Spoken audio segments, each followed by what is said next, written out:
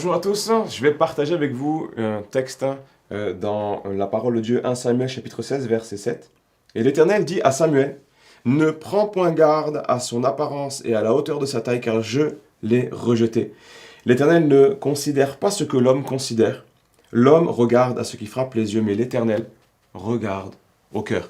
Je voudrais partager avec vous ce matin ou cet après-midi 7 petits pas de Jésus qui ont changé le monde. L'attitude de Jésus n'a pas été celle de conquérir les élites politiques, les élites religieuses, mais Jésus est allé au cœur de la vie des gens. Premièrement, le premier petit pas, c'est qu'il est arrivé dans une mangeoire. Jésus est arrivé dans une mangeoire, pas dans un hôtel de luxe, pas dans un endroit tout confort, mais il est arrivé dans peut-être un des endroits les plus misérables.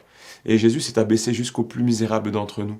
Jésus est accessible. Jésus n'a pas rejeté de personne sous condition de nationalité, sous condition de religion, sous condition de moralité, de qui que ce soit qui voulait s'approcher de lui, pouvait le faire. Le deuxième petit pas, c'est que Jésus rentre à Jérusalem monté sur un âne, un petit âne, nous dit la Bible.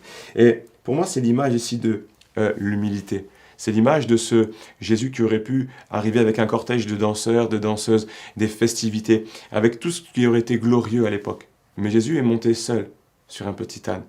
Et il arrive sans faire beaucoup de bruit dans ta vie. Jésus arrive sans faire beaucoup de bruit, mais écoute-le. Et il nous encourage, dans ce modèle d'humilité, à le suivre. L'autre petit pas, c'est l'entourage de Jésus. L'entourage de Jésus. Chaque pas qu'il faisait, il y avait des gens qui étaient là, des gens de mauvaise vie. Il y avait des lépreux, il y avait des aveugles, des gens qui étaient dans la prostitution, des gens qui étaient des voleurs. Et Jésus les avait acceptés dans son entourage. Le petit pas de Jésus ici, c'est celui qu'il faisait avec son entourage, aussi vaste que bizarre par moments. Maintenant, Jésus nous demande, nous aussi, d'aller vers les autres, d'aller vers les gens, de ne pas juger, mais d'aimer. Je continue. Il n'avait ni beauté ni éclat. Quatrième petit pas, c'est dans Ésaïe 53, verset 2. Et ni beauté ni éclat. Aujourd'hui, on cherche les strass et les paillettes. On cherche à avoir du succès, on cherche à être quelqu'un de fun, quelqu'un de in, quelqu'un de populaire, quelqu'un qui a des followers, quelqu'un qui a des gens qui ont mis des likes, des gens qui ont mis ceci, cela. Mais la vérité, c'est que Jésus, lui, n'a pas cherché ce qui brillait. Il a cherché l'intégrité, la vérité. Et c'est ce que nous devons faire, nous aussi. N'ayons pas un regard faussé de la vie chrétienne, où tu vas chercher à être populaire, à faire bien, à être encouragé par les gens.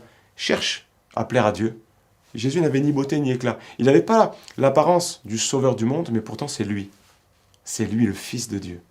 Les gens l'ont remis en cause en disant c'est pas un conquérant, qu'est-ce qui va libérer? Et c'est vrai que le royaume de Jésus ne s'est pas propagé par l'épée, par la puissance humaine, mais il s'est propagé par l'amour. Amen. Je continue. Autre petit pas de notre Seigneur Jésus.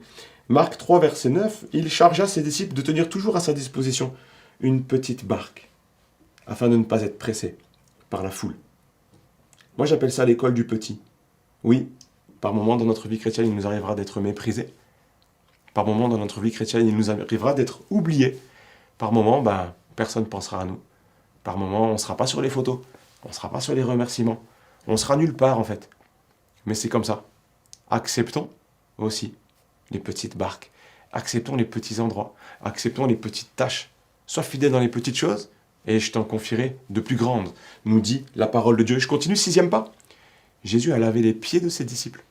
Waouh, quel modèle! Et qu'est-ce que de plus beau que cet abaissement de Jésus?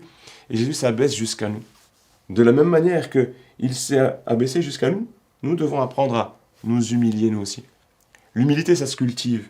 L'humilité, ça se travaille. La Bible dit dans Luc 18, verset 14, c'est Jésus qui parle. Quiconque s'élève sera abaissé, et celui qui s'abaisse sera élevé. Le 7e petit pas de Jésus, c'est celui qui le conduisit sur la croix. Jésus monte sur la croix, le sauveur du monde, le Fils de Dieu, monte sur une croix comme un brigand, comme un malfaiteur. Il souffre. On l'a frappé, on l'a flagellé, on a mis une couronne d'épines sur sa tête. La gloire de Dieu se retire. Jésus est seul sur la croix et il dira, « Mon Père, pourquoi m'as-tu abandonné ?» Sur cette croix, c'est pas un brigand, c'est pas un malfaiteur, c'est pas un pécheur, c'est Jésus, le Fils de Dieu, qui est venu faire ces petits pas qui ont bouleversé le monde. Et je prie qu'il puisse changer ta vie. Que Dieu te bénisse. Merci.